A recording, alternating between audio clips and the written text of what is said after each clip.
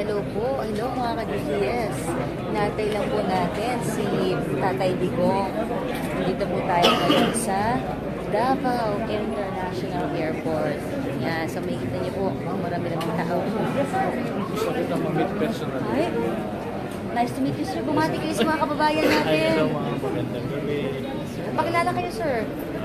Ako si Guido Fernando, bagong deputy na Eastern Mindanao Command. Wow. Gabi sa inyo mga po. Ayan po ang ating bagong deputy sa Eastern Command. Eastern Mindanao Command. Eastern Mindanao Command na si Sir General Remando. No, may post yan. Ito, live tayo, sir. May nanonood na 1,100. Yan o, puro puso at thumbs up sign sa inyo. Ganun ba mo?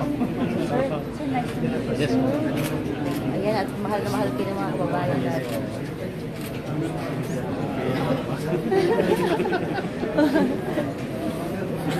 Ayan po, so inatay natin si PRRD dahil ngayon ang kanyang flight papuntang Japan.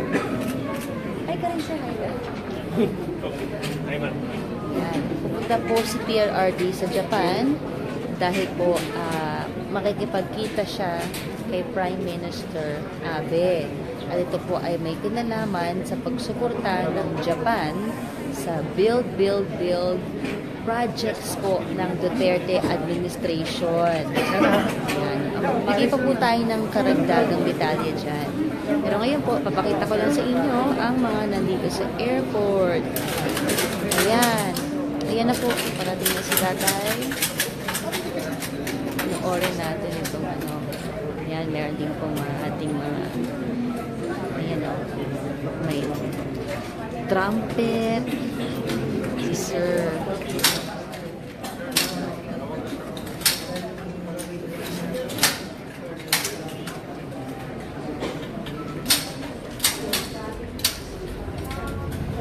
Hello, Edita Kavanagh from Brisbane, Australia. Ayan po. Sa mga bagong tune-in, nandito po tayo sa Davao International Airport. Inantay po natin si Pangulong Duterte ngayon para po magbigay ng kanyang departure statement bago magpunta ng Japan, kung saan siya ay makikipagkita kay Prime Minister Abe. At ito po ay may kinalaman sa pagsuporta ng bansang Japan sa build proyekto po ng Duterte administration para po ma-improve pa po ang ating infrastruktura to build more roads, railways, ports, bridges. Dahil po maganda po ang ating ekonomiya, growing economy, kailangan ayusin naman po ang ating mga kalsada, ang ating mga daan, ating transportasyon. Yan po ang build. Ayun, makikita nyo, ini-interview ng media si incoming presidential spokesperson, Harry Roque. Andun siya. Tignan natin na, silipin natin.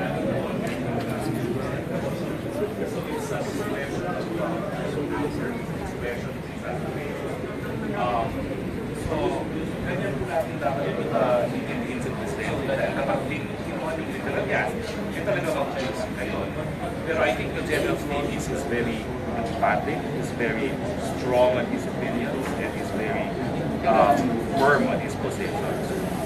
Please do not take it literally. So that's the context by which I want to explain his statements, but I will not dare change his statements because he is the president. So as the spokesperson right now, there's a group in Marami who's planning to file a lawsuit against the president because of the alleged human rights violation during the martial law in Marami. Good luck. In fact, he should be commended and awarded. Had it been the past dispensation still in power, the war would probably have spread throughout the Philippines already. I think if anything, what the president proved in Marawi is that he has the political will to enforce the law and he will not hesitate to use all resources available to the state to restore peace and order. As a lawyer, do you think the class will prosper? Wala po yung ibabasura yan. In the first place, wala pang ni isang kaso man lang na class suit na nag-prosper dito sa ating bayan. No? Well, ang oposa po is not really a class suit. They had to file it as individuals, no, as children. That's why nagkaroon ng intergenerational rights. No? They were not allowed to sue as a class. No? Kasi nasa statute book natin yan, Pero dahil tayo siguro ay hindi jury system, no? hindi rin inclined ang mga judikatura natin na mag-rule na isang klase. Ayan po, nakita nyo.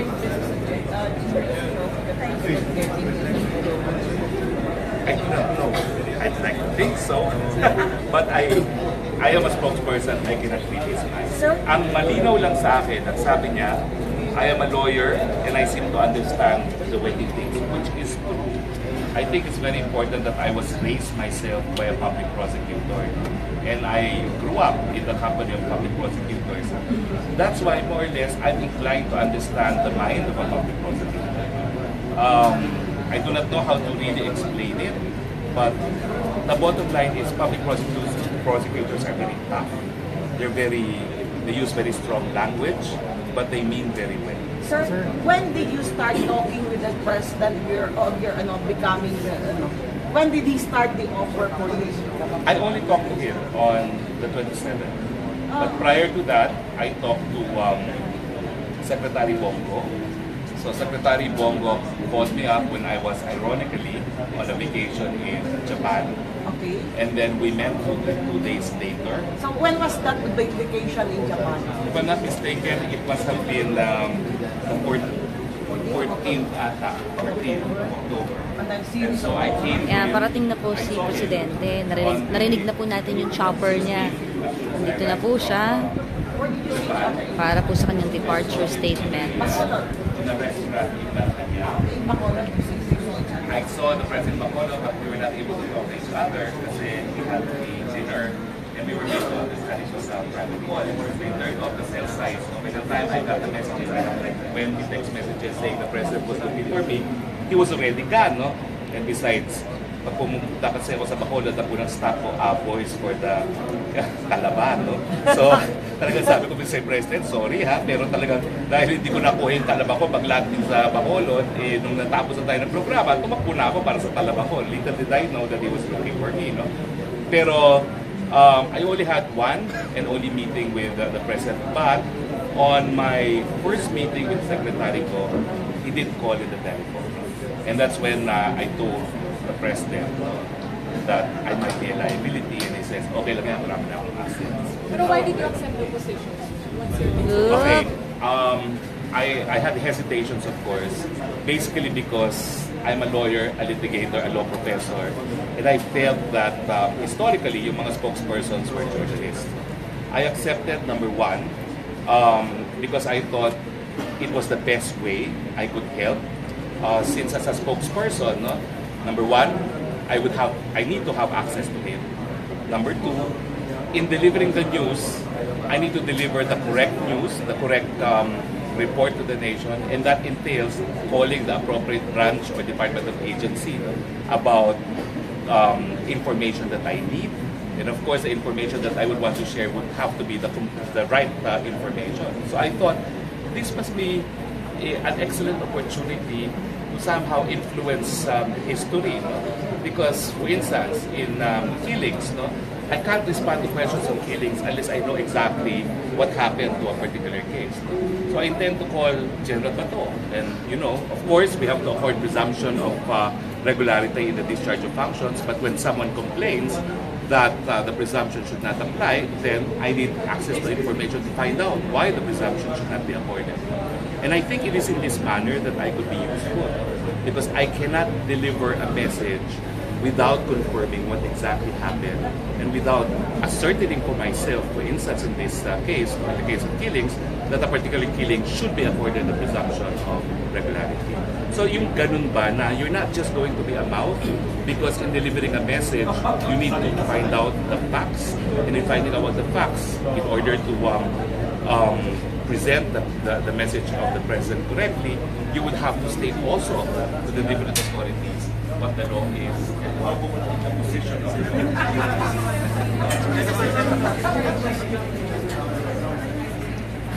No, I'm starting on the 6th of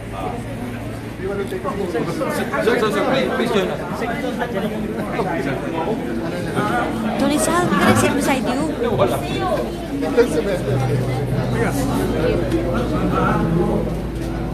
Hi. Sorry, Thank you. Sorry. Foreign Affairs Secretary Alan Peter Cayetano and the other members of the Cabinet, distinguished members of the Senate and the House of Representatives, AFP Chief of Staff Lieutenant General Ray Leonardo Guerrero, and Major Service Commanders, mga kasama ko sa mga gobyerno, mga kababayan. Today I leave for an official visit to Japan, my second visit to a country which the Philippines rightly considers a true friend. This trip, which has been planned for months, had to be put off because of developments in Marawi City. Japan was most understanding of the challenges that we faced back then, and we appreciate their timely assistance in addressing the threat of terrorism and violent extremism. Now that combat operations have been terminated, we are rebuilding Marawi to its former glory. From its ruins, Marawi shall once again rise as a center of moderation and tolerance in Muslim Mindanao. As we sustain these efforts, we have to act with other nations who share the same values and aspirations that we hold dear, and work together towards lasting peace, security, and stability. Certainly, Japan has always been with us in pursuing genuine peace in Mindanao and in the development of